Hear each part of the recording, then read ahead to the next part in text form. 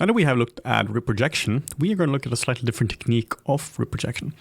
So the way we did it before is that we go under subtool and we do project here, and then we project everything from everything which is visible onto the currently selected subtool. And this is a great way of doing it. If you're doing a full-on character, this is probably the way you want to do it. But if you just want to project a specific area, now of course you could just mask out everything but that area and just project that on. But what if we had a brush to do this? This is exactly what they added to Zbrush 2020. If we now go to the reproject one, the highest one here, the high-res one, and then we control click up here in the history, you can now see that this goes from this completely orange color to this brighter color with like this white color with this border around it. This means that the model is now stored into memory. So now we can go to our low res one, which we've subdivided up to 1.6 million, which is what we had before as well. Then we hide this one. It doesn't matter if we hide it or not, because it's been put into memory. Now we're using isolate select, so we wouldn't really see the difference. But in this case, we're just gonna hide it just for sake of argument. Then we are going to use the history recall brush. It's incredibly easy to actually use this one. I'm going to hit B, H, and here it is, and we can hit the R key to get history recall. You can also put this into your interface as well if you use this. Brushes I put in my interface will be brushes I use sometimes, but not all the time. Like I would potentially put the morph brush into my interface and the history recall one as well. So what we can do now is we can start to sculpt. But one thing we're going to see now is the moment we start to sculpt is that it's going to give us an error message. It's going to tell us that, hey, this brush cannot be used in symmetry. So just hit the Shift X key, which is the new key we set for it, or X if you haven't reset it.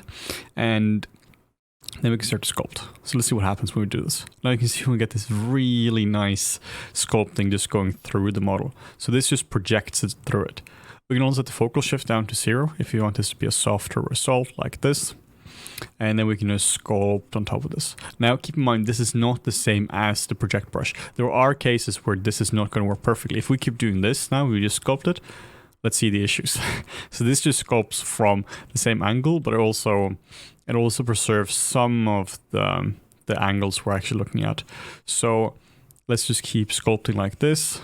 But we have to be aware of what we're doing. This is something you would mostly use for specific areas. You would not use this to project the entire thing. This is simply, okay, we need to get some more resolution in here.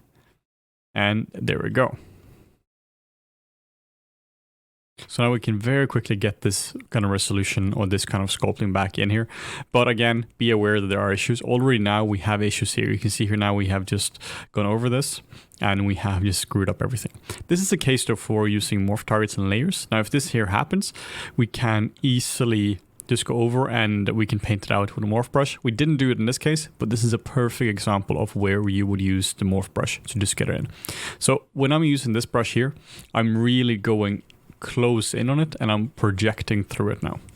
Now another way we can do this as well, this is a similar brush, but it's not as good. This is a brush which has been in Zbrush for years and years now, and it's called the Z-Project brush, because some of you might have heard about this one and you're wondering what the difference is.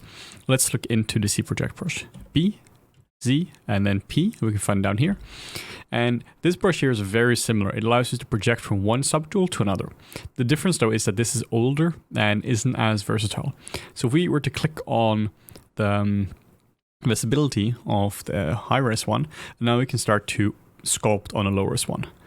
If we just start to sculpt right now, right, if you see this issue here, this is actually, believe this is a bug in 2020. The reason this happens is because we have stored our model into memory. So what we have to do, we just have to make sure this is unstored, and now this is going to work fine. So now we can see it actually sculpts. So just a little side note here. So if we now try to sculpt on this, now you can see that it definitely projects from one to the other and looks very similar to what we had before. But if we were to click solo now, you can see that it's not. This one only pushes in. So in order to push out, you have to hold on the Alt key and sculpt on top of this as well. Then you have to go around from different angles and do this. So even in these areas, you're still getting a lot of issues. This is kind of the old way I've been doing it. If I had to just project a certain part into of one model to another, I would do it like this.